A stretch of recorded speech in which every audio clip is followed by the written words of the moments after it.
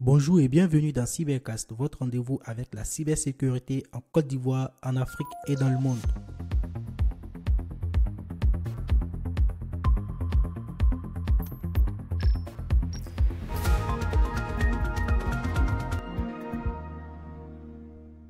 Bienvenue dans ce nouvel épisode de Cybercast. Aujourd'hui, nous partons à la découverte d'une initiative inédite lancée le 14 avril 2025, le Cyber School Tour.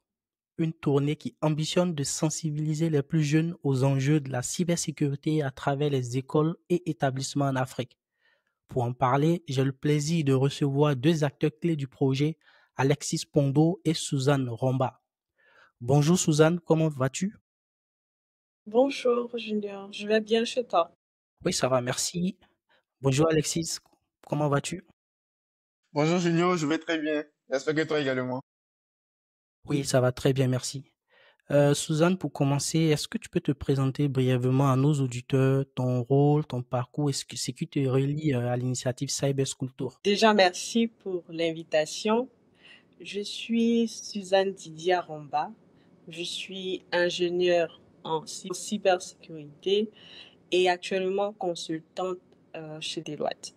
Et depuis peu, je travaille avec Pondo sur l'initiative du Cyber School Tour. Même question pour toi Alexis? Ok, merci déjà pour l'invitation Junior. Donc, moi, c'est Alexis Pondo. Je suis, comme Suzanne, ingénieur en cybersécurité et également consultant en sécurité offensive chez Deloitte Côte d'Ivoire.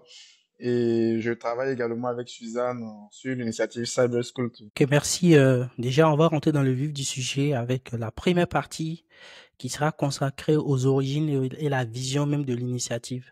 Alors, Suzanne, est-ce que tu peux nous dire d'où est née l'idée de lancer Cyber School Tour et quel a été le déclic? Pour revenir à l'origine, Alexis et moi, on est vraiment sur des sujets assez challengeants dans le domaine de la cybersécurité et chacun de son côté essaie plus ou moins de pouvoir aider les jeunes à pouvoir monter en compétence sur tous les sujets liés à la cybersécurité et même de découvrir le domaine de la cybersécurité. Et au regard de ce contexte, je vais le dire, on a décidé de se mettre ensemble, sinon de mutualiser nos efforts pour pouvoir créer une initiative qui va permettre à des jeunes qui n'ont pas eu, je vais dire, entre guillemets, la même chance que nous, de pouvoir découvrir ce que c'est que la cybersécurité, comment ils peuvent entamer une carrière de la cybersécurité et enfin démystifier ce qu'on entend lorsqu'on parle de la cybersécurité, qui est peut-être s'asseoir forcément derrière un écran. Voilà quoi, la cybersécurité, c'est cette technique, mais il y a encore d'autres aspects qui n'est pas réellement abordé dans nos milieux actuels. Donc, c'est vraiment de là qu'est né ce projet-là, cette initiative-là. Et aujourd'hui, Pondo et moi, on est vraiment fiers que ce bébé-là soit né. Alors, moi, je tenais à vous féliciter pour cette initiative déjà. Je pense que c'est très clair pour nos auditeurs. C'est, pour résumer un peu, c'est dans l'objectif de pouvoir aider que vous avez lancé ça. Et c'est une très belle initiative. Et du coup, Alexis, quels sont les objectifs à court, moyen et long terme de l'initiative? Ok, donc concernant les objectifs, nous avons justement voulu être smart, donc définir des objectifs smart. Donc, à court terme, déjà, c'est de réaliser au moins une tournée dans 10 établissements. Donc, dans les premières saisons de cette initiative, nous souhaitons atteindre au moins 10 établissements. Donc, et également sensibiliser un minimum de 1000 élèves ou étudiants. Et aussi développer notre visibilité sur les réseaux sociaux. Par la suite, nous aimerions également avoir des partenariats avec des organismes ou d'autres structures évoluant dans ce domaine-là, qu'est la formation et la sensibilisation dans le domaine de la sécurité, de la cybersécurité. À moyen terme, c'est de pouvoir avoir des contenus un peu plus adaptés aux différents niveaux des étudiants que nous allons former, donc des contenus pédagogiques adaptés au niveau de ces étudiants-là. Également, avoir des ambassadeurs Cyber School Tour dans les différents établissements-là. Donc, créer un réseau d'ambassadeurs et pourquoi pas également aussi chercher à étendre l'initiative Cyber School Tour au-delà d'Abidjan dans d'autres écoles et universités de l'intérieur du pays. Et à long terme, c'est vraiment d'ancrer durablement l'initiative Cyber School Tour comme un levier national de la culture cyber chez les jeunes. Donc, c'est un peu là les objectifs de l'initiative à court, moyen et long terme. Ouais, c'est très clair. Du coup, est-ce que vous pensez que, parce que tel que je comprends, hein, c'est quelque chose qui va cibler les établissements. Comment est-ce que vous pensez que l'initiative Cyber School Tour peut s'intégrer dans l'écosystème éducatif ivoirien? D'accord, merci pour la question. Déjà, nous avons pour cible actuellement des étudiants. Donc, Pondo a pu le mentionner dans nos objectifs à long terme, c'est de pouvoir élargir et de pouvoir atteindre les élèves et même du primaire, du collège. Donc, c'est vraiment ça, pouvoir étendre, toucher le plus d'élèves, de personnes possible, afin que eux aussi puissent comprendre les enjeux de la cybersécurité. Bien évidemment, mais ça reste un élément qui sera traité à long terme. À long Comme terme. vous le savez, aujourd'hui, tout le monde utilise le smartphone, tout le monde est connecté. Très souvent, même les enfants sont plus connectés même que les parents. Donc aujourd'hui, tout le monde doit être en mesure de comprendre et de pouvoir comprendre les enjeux de la cybersécurité, de pouvoir adopter le minimum de bonnes pratiques pour pouvoir éviter certaines arnaques, certaines vulnérabilités en ligne. Effectivement, oui, c'est un impératif pour qu'on puisse protéger nos données à caractère personnel parce qu'aujourd'hui, qu'on le veuille ou pas, on vit dans un monde interconnecté à travers Internet. Euh, Alexis, j'ai vu que sur les réseaux sociaux, vous avez organisé la première édition, sinon vous avez lancé la première phase en avril dernier. Quels ont été les retours par rapport à cela? Ok, comme tu l'as dit, en avril, nous avons effectué la phase de lancement de l'initiative. Lors de cette phase, nous avons présenté les objectifs. Déjà, ce que c'est que le Cyber School Tour, les objectifs de l'initiative, les sujets qui seront abordés lors des différentes sessions et séances d'information, comment est-ce que les participants pourront intégrer l'initiative. Donc, ce sont des sujets que nous avons eu à aborder avec les différents participants, essentiellement les étudiants.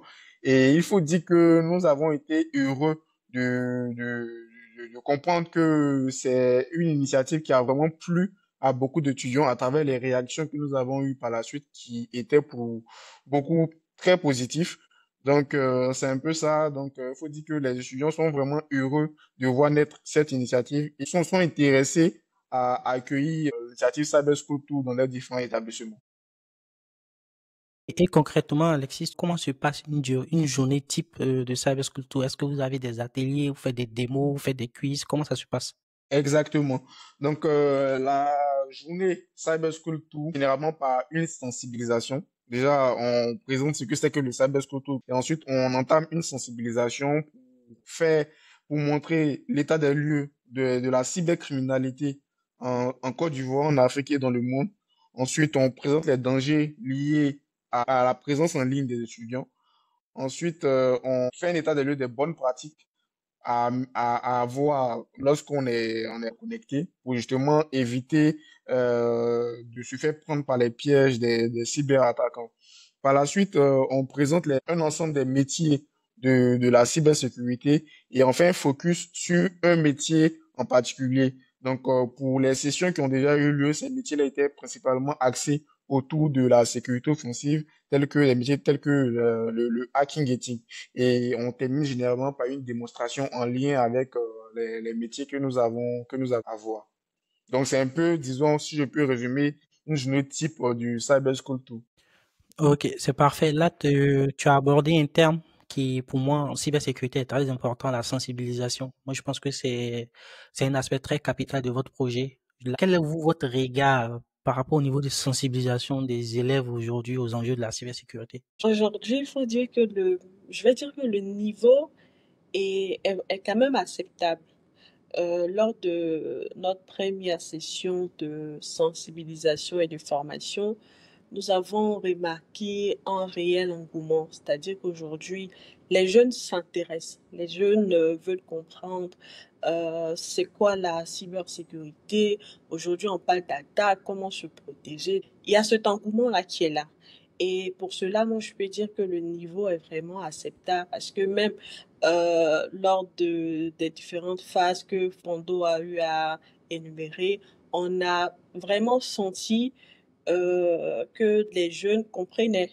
Donc pour moi, c'est vraiment à saluer.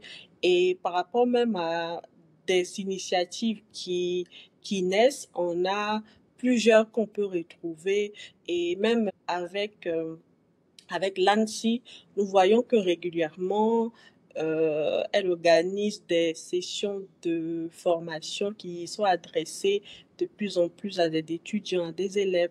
Donc, c'est vraiment à saluer, mais il faut continuer parce que les menaces évoluent, les hackers aussi s'adaptent. Donc, on doit continuer à sensibiliser parce on n'est jamais à l'abri, quoi. Donc, c'est ce que je peux dire. Effectivement, et Alexis, est-ce que tu auras des additifs par rapport à ce que Suzanne a dit? Ok. Pour apporter un peu un additif à ce que Suzanne a dit, c'est qu'il ne faut pas juste dire que rien n'a été fait. Bien sûr, il y a des choses qui ont été faites. Il y a des initiatives qui sont nées, donc qui existent, qui ont pour objectif d'apporter des notions de cybersécurité aux étudiants. Donc, nous, à travers nos différentes sessions, notre objectif, c'est vraiment de avoir cette vision aussi. Parce que demain, l'objectif, c'est de pouvoir trouver un travail dans le domaine de la cybersécurité. Donc, pour nous, c'est vraiment dans nos différentes cibles là, qui sont les étudiants, l'engouement ou l'envie de vraiment avoir à embrasser ces sujets de la cybersécurité, là, un métier également. Donc, c'est un peu ce que je voulais peut-être ajouter sur ce point. Oui, c'est très clair, c'est très clair, Alexis. Merci. Déjà, on va se pencher sur la deuxième partie. Je pense que vous avez organisé votre première activité. Lorsque vous allez faire un retour d'expérience, vous allez essayer de parler un peu des impacts. Ça pourrait mobiliser, pourquoi pas, d'autres établissements à pouvoir adhérer à votre initiative. Du coup, je voulais savoir pourquoi le choix. Je sais que la première phase s'est déroulée à IBS. Pourquoi le choix de cette école pour pouvoir vous lancer? Il y avait eu pas mal d'établissements, hein, on pourrait se poser cette question. Est-ce qu'il y avait une particularité? Est-ce qu'il y avait une raison par rapport à ça? Donc, déjà, pour pouvoir bénéficier des formations, il faut soumettre une demande. Et au lancement, nous avons reçu des demandes de participation à ces formations-là. Donc, c'est dans ce cadre-là que notre choix s'est porté sur IPS pour pouvoir vraiment réaliser cette première session de formation. Donc, pour les personnes qui nous écoutent, si vous souhaitez bénéficier également des formations, vous pouvez nous adresser votre demande à l'adresse info@cyberschooltour.com et nous vous ferons un retour dans de brefs délais. Ok, du coup, pour bien comprendre, pour que nos auditeurs puissent bien comprendre, pour votre initiative, pour que vous puissiez passer dans un établissement, vous devez être sollicité d'abord. Vous ne partez pas de façon spontanée, si j'ai bien compris. Oui, oui, ça c'est la procédure formelle. Lors même du lancement, nous avons eu à présenter comment un établissement peut bénéficier des formations. Donc, nous voulons faire les choses de manière formelle Donc pour cela, on veut vraiment que l'administration soit au cœur même de ces formations que nous réalisons. Ok, c'est très clair. Du coup, j'imagine, lors de votre lancement, vous avez fait un meeting sur YouTube, si je ne me trompe pas, ou Meet. Oui, oui. Et Le à financement, cette... vas-y. financement s'est fait en ligne. Ok, ok. Alors, on continue. Du coup, pour cette première initiative qui s'est déroulée à IBS, quelle a été votre principale difficulté? Est-ce que ce fut un succès, Alexis? Il faut dire que nous avons observé un réel intérêt, d'abord chez les étudiants, qui étaient vraiment ultra motivés à faire cette formation-là, sur la sensibilisation et l'initiation à la cybersécurité. Ça, c'est un point. Mais également, nous avons eu cet intérêt-là au niveau des enseignants, des responsables que nous avons vus dans la salle, qui étaient vraiment attentifs aux différents sujets que nous abordions, notamment sur la sensibilisation, mais également sur la phase de démonstration, phase à laquelle certains étudiants qui n'étaient pas au départ dans la salle sont venus pour assister. Donc la phase de démonstration qui consistait à prendre le contrôle d'un système vulnérable, bien entendu, dans le but de pouvoir relever les différentes vulnérabilités, mais également de comprendre comment est-ce que nous avons eu à avoir accès au système et qu'est-ce qu'il fallait faire pour s'en protéger. Donc c'était une phase vraiment qui a beaucoup attiré l'attention de plusieurs, donc même des personnes qui n'étaient pas dans la salle au départ, qui par la suite sont venues pour justement assister à la formation. Donc, de façon générale, vraiment, la réaction était vraiment très positive. Et des retours d'expérience que nous avons eu à demander au niveau des étudiants et des enseignants. Pour les thématiques que vous avez abordées, pour les rendre plus accessibles aux participants, est-ce que, comme Pondo l'a dit, hein, il y a côté technique, vous avez fait des démos, des démonstrations techniques, mais j'imagine pour la partie sensibilisation, comment ça s'est passé? Est-ce que vous pouvez rentrer plus dans les détails? D'accord. Pour ce qui est de la sensibilisation, ouais, c'est vraiment une présentation PowerPoint, mais qui se veut assez interactive. Donc, on emmène les étudiants à pouvoir comprendre, à pouvoir réagir, à pouvoir poser des questions. L'objectif pour nous, c'est qu'ils puissent apprendre.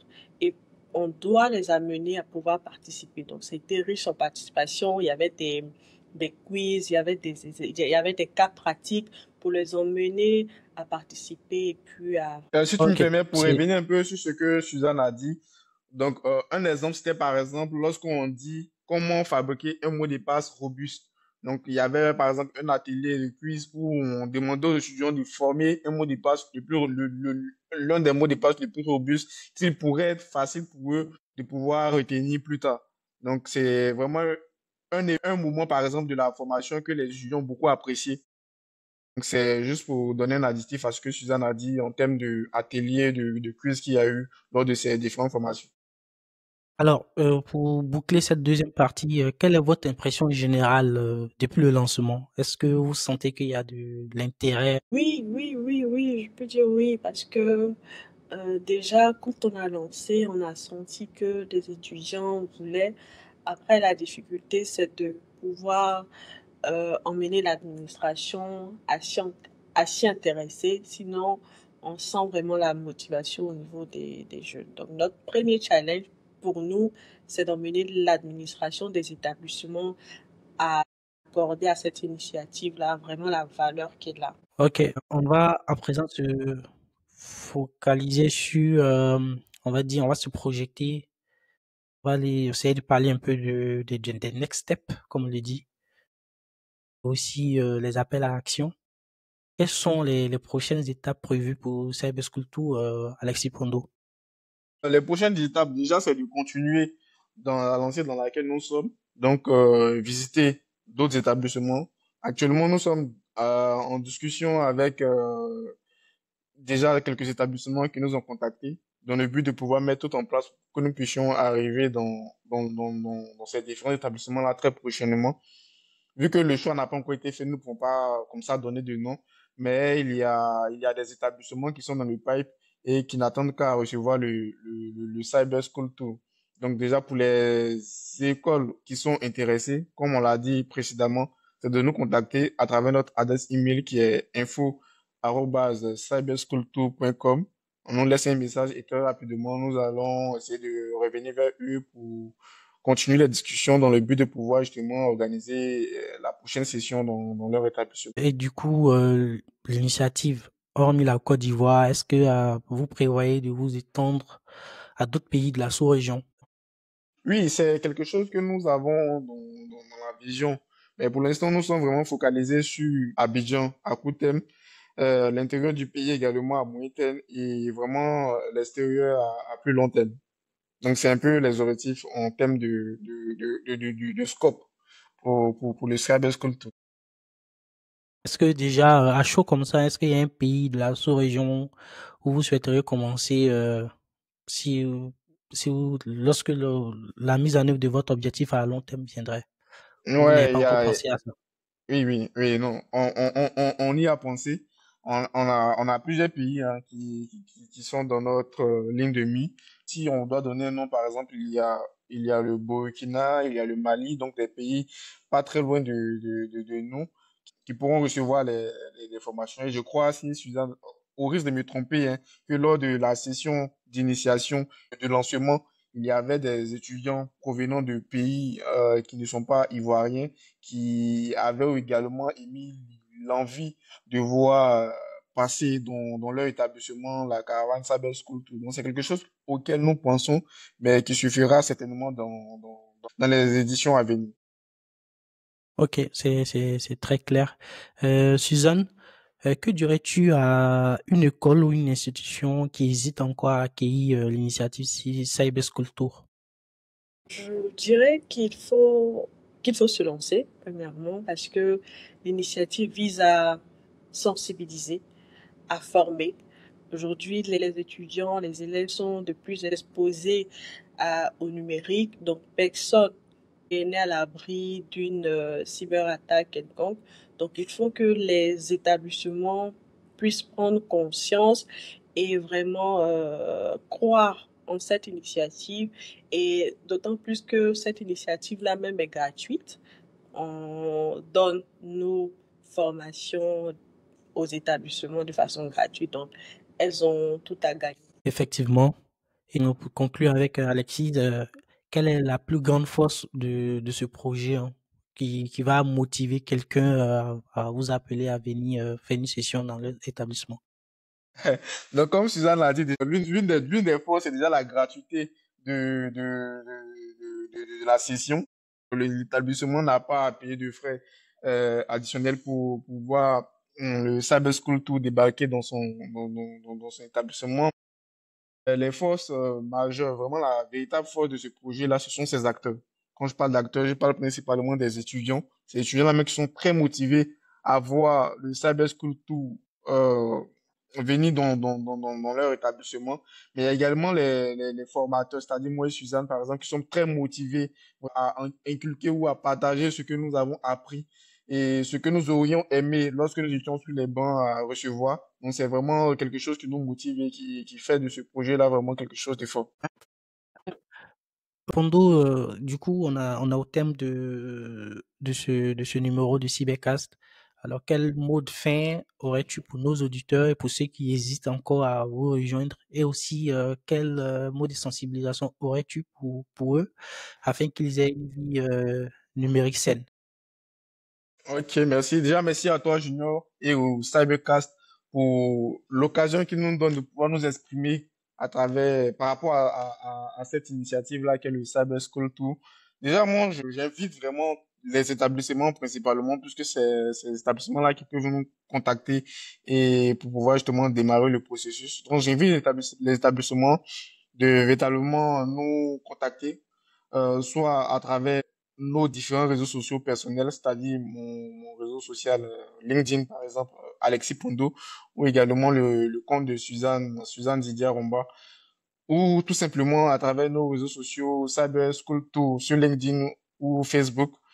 Ils peuvent également nous envoyer un mail à l'adresse info@cyberschooltour.com et nous allons les répondre pour pouvoir justement démarrer le processus pour pouvoir avoir la session dans leur établissement.